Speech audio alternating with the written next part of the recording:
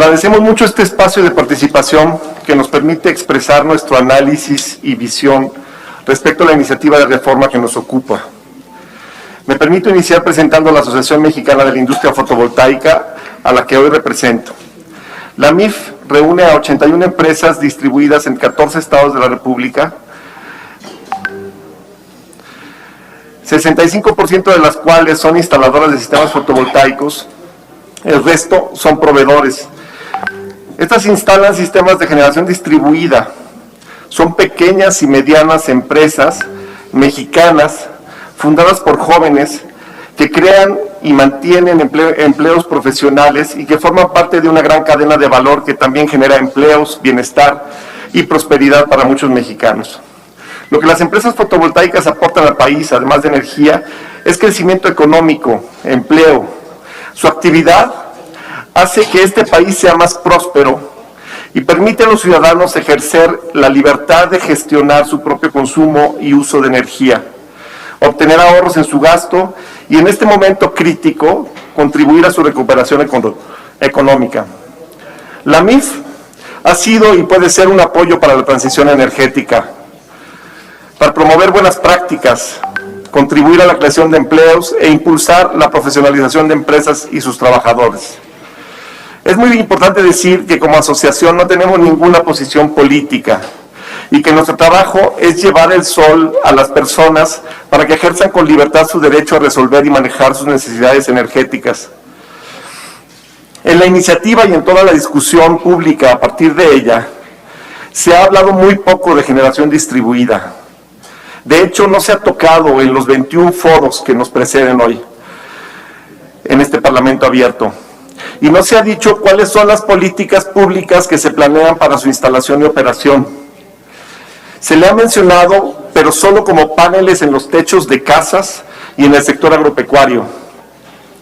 Atendiendo el tema de este foro, y dado que el apartado de transición energética de la iniciativa menciona la generación distribuida como uno de los instrumentos a promover para llevarla a cabo, vemos necesario definirla con claridad. La generación distribuida es la generación de energía eléctrica a pequeña escala, menos de 500 kilowatts, ubicada en el centro de carga con la opción de interactuar con la red eléctrica y puede aplicarse a centros de carga residenciales, comerciales e industriales. Es muy necesaria para suministrar electricidad, por cierto, a las comunidades alejadas de la red, entre las que se cuentan también muchos pueblos indígenas. Para el sistema eléctrico nacional existen múltiples ventajas de la generación distribuida. Una relevante es que reduce las pérdidas de energía del sistema. En México se pierde en torno al 15% de la energía que se transmite en la red. Aunque en algunos casos la generación distribuida puede representar retos técnicos para la CFE, también le ayuda a resolver muchos más problemas. Por ejemplo, le permite aplazar inversiones, mejorar la confiabilidad y seguridad de la red, reforzar las redes de transmisión y distribución, diversificar la matriz energética, tener más holgura en sus pronósticos y en el balance de la carga y la generación. Para los usuarios de generación distribuida, les permite consumir energía limpia, ahorrar en su consumo eléctrico y en el caso de los negocios los hace más eficientes. Aun cuando la generación distribuida ha crecido mucho y constantemente, estamos muy por debajo de nuestras posibilidades como país. Estamos alrededor del 2.45% de la capacidad de las redes de distribución para generación distribuida. Esta escala de generación es una alternativa tecnológica viable para contribuir y satisfacer la demanda de electricidad e impulsar el desarrollo de energías renovables de manera eficiente, con menores efectos para el sistema eléctrico nacional y democrática, pues también se traduce en empleo, en ahorro para el usuario y es una forma en la que los ciudadanos ejercen sus derechos. Por todo esto, y tal como se expresa en el Plan Nacional de Desarrollo, la generación distribuida debe ser impulsada. Estamos de acuerdo en que sea de manera ordenada, sin desatender la confiabilidad del sistema y regulando la calidad de los componentes y de la instalación. La reforma implementada en 2013 tiene áreas de oportunidad sin duda, y se puede trabajar de manera conjunta en pro de un abasto suficiente y confiable de energía, pero creemos que no se requiere un cambio constitucional para lograrlo. Desde que se envió la iniciativa, los funcionarios de la Secretaría de Energía y de la Comisión Federal de Electricidad han explicado públicamente que la generación distribuida continuará y no se verá afectada, que en realidad será promovida por el gobierno federal. Sin embargo, las leyes, y más aún la constitución política del país, trascienden las acciones inmediatas y las interpretaciones particulares. Estas se analizan a la letra y se interpretan en el largo plazo para dar certidumbre a los ciudadanos. Debemos entonces analizar objetivamente la redacción del texto e interpretar los impactos que tendría de aprobarse tal como está escrita.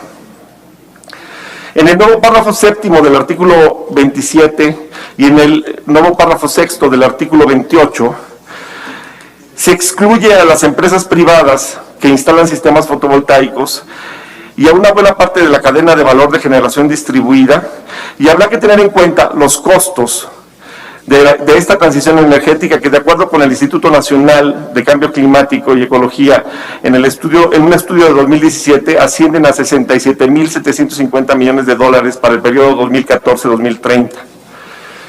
En el segundo artículo transitorio, inciso A, se habla de la cancelación de permisos y contratos.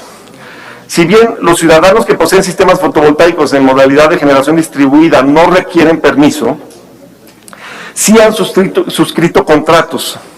La única interpretación posible es que todos los contratos de nuestros usuarios serían cancelados una vez que esto entre en vigor. Específicamente en la cláusula octava, inciso C, de los contratos de contraprestación que se firman con la CFE, se especifica como causa de terminación la modificación o contravención de las disposiciones que establece la Ley de la Industria Eléctrica, su reglamento o a cualquiera de las disposiciones legales administrativas aplicables. En el tercer artículo transitorio se habla de la supresión de los órganos reguladores del sector, y esto nos preocupa mucho. Voy a explicarlo en una siguiente intervención, el por qué. Lo que quisiera es cerrar diciendo que las medidas propuestas son contrarias al interés general del país, al de los usuarios, al de los empresarios de nuestra industria e incluso al de la CFE, pues pierde los beneficios antes señalados y la posibilidad de disminuir sus subsidios, los subsidios que otorga. Estas medidas afectarían el futuro del país y los derechos y libertades de los ciudadanos. Por favor. Sí, estoy cerrando.